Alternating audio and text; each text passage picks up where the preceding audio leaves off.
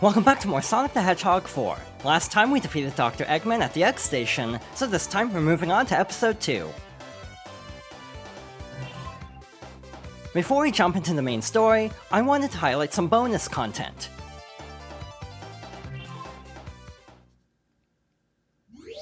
Lock-on system engaged. Thanks for unlocking Sonic the Hedgehog 4 Episode 1. As a special bonus, a hidden episode starring Metal Sonic has been unlocked.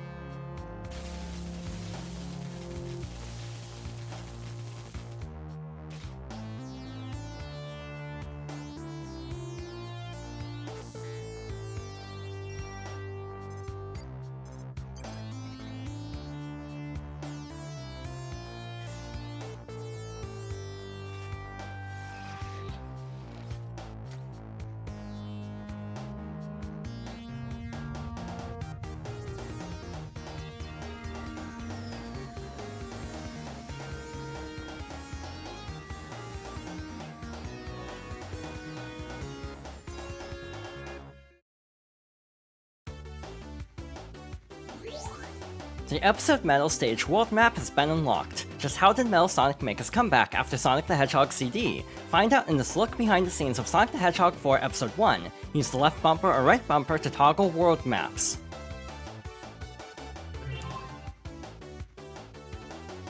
After playing at least Splash Hill Zone Act 1 and the first act of Episode 2, you can access Episode Metal. So let's see what it's like.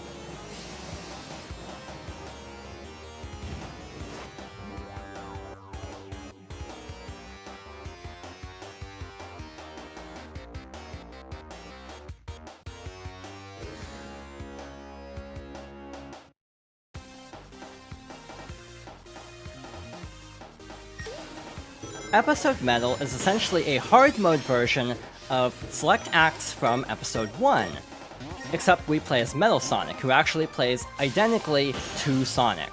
It's kind of unfortunate given that in the originals, the lock-on content was a lot more substantial, given that characters like Knuckles would have alternate paths compared to the other characters, and would also have different moves.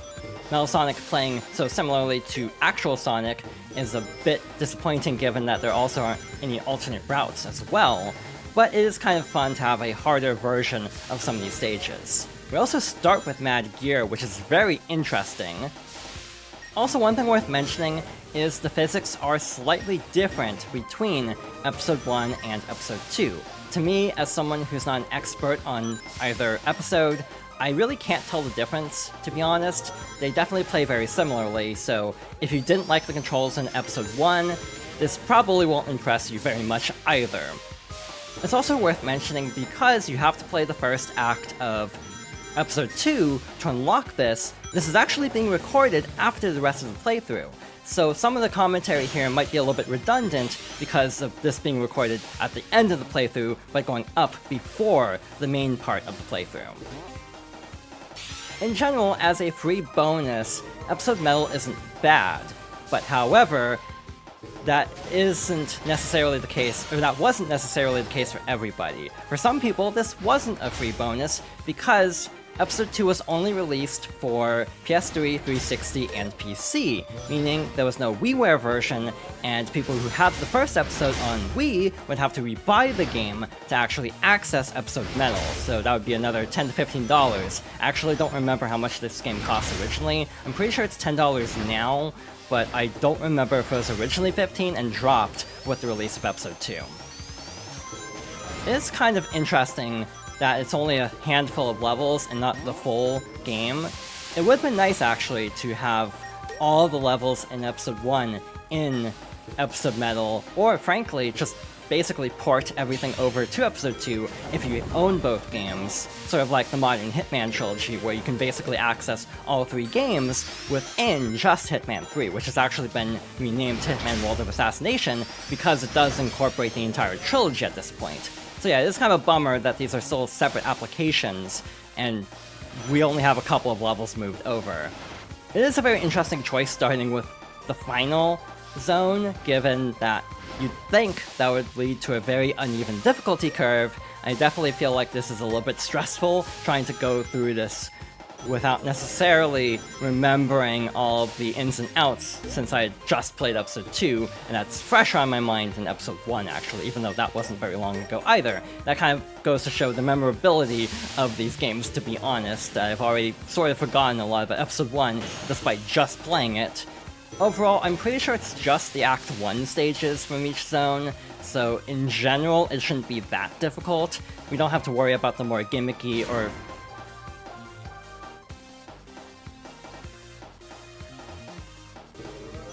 I really need to stop jinxing myself with this playthrough in both Episode 1 and what I've recorded of Episode 2.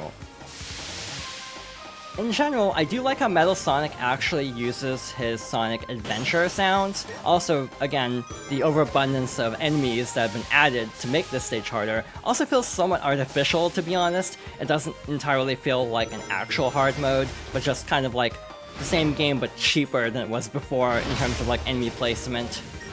We should be getting close to the end of the stage, if I'm not mistaken. But yeah, this kind of feels more cheap than difficult, if I'm being totally honest.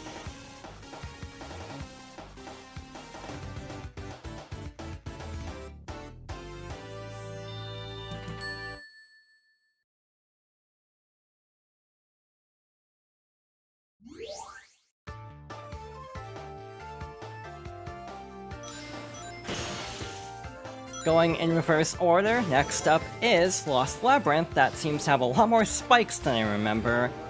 One thing worth mentioning is Episode 2 is a little bit more linear than Episode 1. For example, basically once you finish Splash Hill, you can actually go out of order, but Episode 2 is a lot more strict in terms of actually going in a specific order. In general, I do find it fascinating how in general, this game was originally hyped up as a retro throwback, despite really having a unique style of its own. In a way, it kind of makes sense that it didn't go very well at the time, just because it was trying to appeal to multiple different camps, and I feel like that is a struggle that the entire franchise has had since. A good example of that is with Sonic Generations, and this actually released after Generations and Colors, I discovered. It feels like the Sonic franchise has been trying to perform a juggling act between the 2D and adventure sides of the fanbase.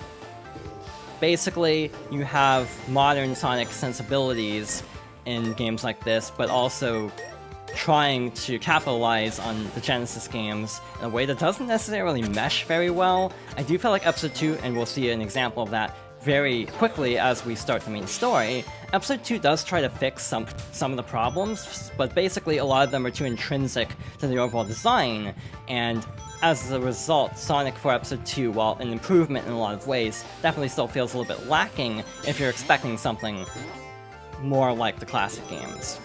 But it's the reason why they keep incorporating like nostalgia stages in games, and I kind of hope with the release of games like Mania and Forces that the franchise can basically find a groove of alternating classic and modern games to try to appeal to both sides of the fan base, rather than games like Sonic 4 or Sonic Forces that are trying to appeal to both at the same time and kind of end up appealing to neither category because of how half-baked a lot of the implementations of both ideas are. They almost work better as separate games, rather than trying to merge them into one.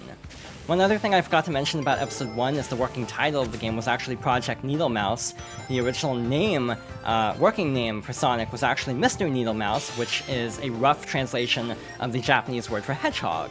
That actually makes a lot of sense because of being a very pointy rodent. I guess it would make sense for it to be a needle mouse in Japanese. Again, at least we have Lost Labyrinth Act 1, and not like Act 3 with all the water, and we don't have to deal with any of the bosses, so that's nice at least. That's a little bit easier than some of the challenges we ran into with Episode 1 before. It's kind of odd seeing Metal Sonic going through this, given that, you know, he can fly.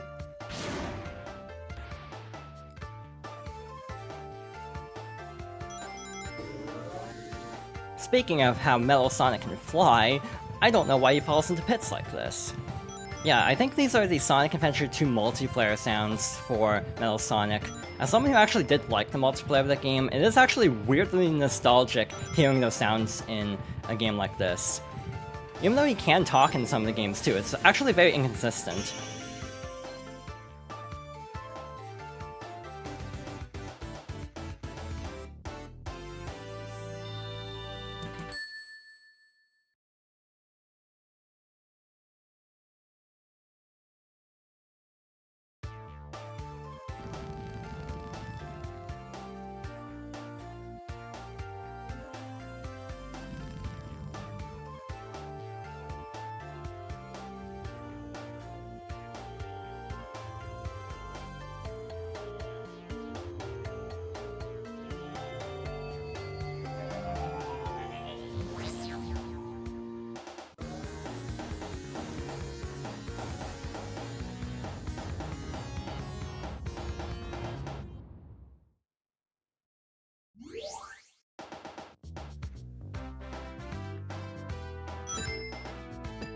So the basic story of Episode Metal and Episode 2 in general is that Little Planet from Sonic CD is closing in on Sonic's world once again. And of course that means Dr. Eggman is once again trying to tie down the world and use it for nefarious means, like in Sonic CD, but also because it's so close by, he also went and picked up Metal Sonic along the way, and this is basically Metal Sonic trying to find various objects to power himself back up again, in order to actually fight Sonic once more. I do find it very fascinating how inconsistent Sonic lore can be sometimes, like with Little Planet, and we'll see other examples with Little Planet once we go through the main game as well. But it's actually interesting, given that this is a Sonic the Hedgehog 4, as in a sequel to the original trilogy, that Episode 2 actually does borrow a lot more lore-wise from Sonic CD, and not the actual trilogy. And again, the actual aesthetics of everything are more like the modern games, so as an example, Metal Sonic is a character that really doesn't look that different from the classic and modern incarnations. Like in Sonic Generations, he's just a little bit more stout in his classic design, but overall it's still very similar, and like Sonic, is a little bit lankier in the modern design, but there's actually less you can change about him.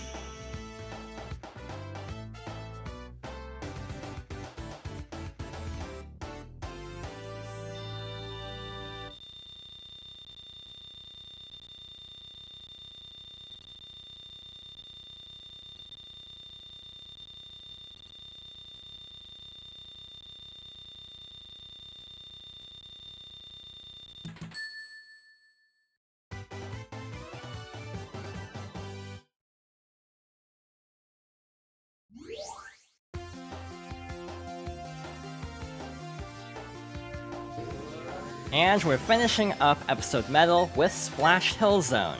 Honestly, this is very anticlimactic actually, though again, this is a slightly harder variation of Splash Hill Zone, so we'll have to see how this goes. Like, I'm pretty sure there's a bridge here, so we actually have a very perilous jump and a bunch of spikes. This almost feels like sort of like a mod of Sonic 4 in terms of cohesive level design, rather than something as meticulous as you might expect from like the full game. But again, it's just a little free, in quotation marks, bonus for those who own Episode 1, so as a result, it's kind of like, again, If you have to rebuy the game on a different platform, obviously that would definitely make this less enjoyable, but if you happen to own Episode 1 on a platform that also got Episode 2, then as a little bonus, it's not too bad. I definitely am not enjoying these enemy placements though. I'm running into a lot here. This is definitely a hard mode variation. But again, I almost wish they had done the entire Episode 1, just to have it all in one complete package. And again, just bring everything over, but as we'll see next time, I almost feel like, despite being an episodic release, Episode 1 and Episode 2 have such different vibes that I don't know how successfully you could take Sonic 2, or Sonic for Episode 2 Sonic, and actually put him into Episode 1 levels. Like, the aesthetics might actually clash quite a bit, so maybe that's why they only had Metal Sonic instead of actually having regular Sonic. And frankly, as we'll see, one of the main changes is the characters are actually a little bit less glossy, and frankly, because of the aesthetics of Episode 1, Metal Sonic actually kind of fits in because he's a robot, so him being glossy actually makes sense, unlike actual Sonic. But I do wish Metal Sonic had more unique abilities also. Again, he's just basically Sonic, except he has different animations. I feel like if he had some unique abilities, that would help, but then again, I actually don't know what else they could give him, to be honest. Like, if they could give him like a glide, kind of like Knuckles. Because he can fly, clearly, and maybe that would be a nice way to incorporate that in a way that wouldn't completely break the game, like just being able to fly over everything. But yeah, it is a very interesting bonus.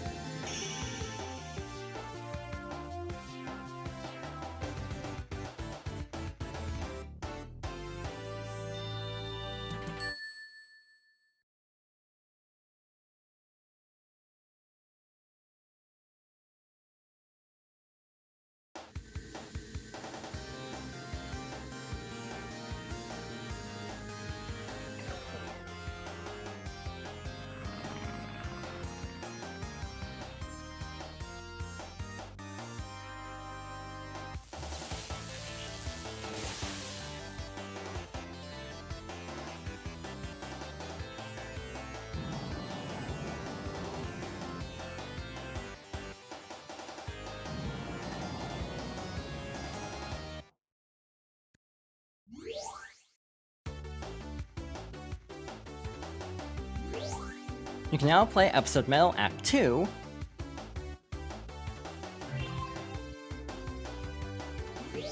You can now play Episode Metal Act 3.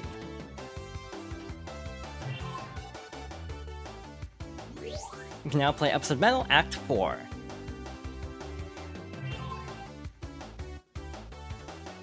So yeah, in general, Episode Metal is not a lot. It's frankly kind of disappointing in a way, especially because I'm pretty sure when the game was announced, the lock-on content, as they called it, as an homage to Sonic 3 and Knuckles. Actually, Sonic and Knuckles in general, because that can lock on to basically any classic Sonic game. You got Blue Sphere with Sonic 1, you have Knuckles in Sonic 2 with Sonic 2, and obviously you have Sonic 3 and Knuckles with Sonic 3. So as a result, hyping this up and using the term lock-on content, I almost feel like that set up very unrealistic expectations, which is just kind of the story of Sonic 4 in general, unrealistic expectations. Also, we actually get to see the world map because we didn't actually look at that last time because we played all the levels straight through. And yeah, we can basically go through all the levels, there aren't any Chaos Emeralds or anything to go after, so this is just a little short bonus, again, for those who own both. It is interesting, but I also feel like if you didn't have, like, if you had the WiiWare version, hypothetically, back in the day, I don't feel like this would be worth rebuying Episode 1 for.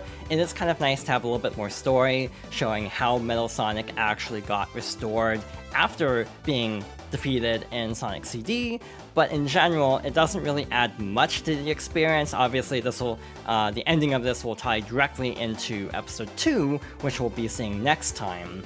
But in general, as a bonus, it's neat, it's kind of cool, but it's also sort of shallow, and I wish they had gone all the way, like Knuckles in Sonic 2, and actually had just straight up incorporated Metal Sonic and made hard mode versions of like every level instead of just the 4 first acts of each zone.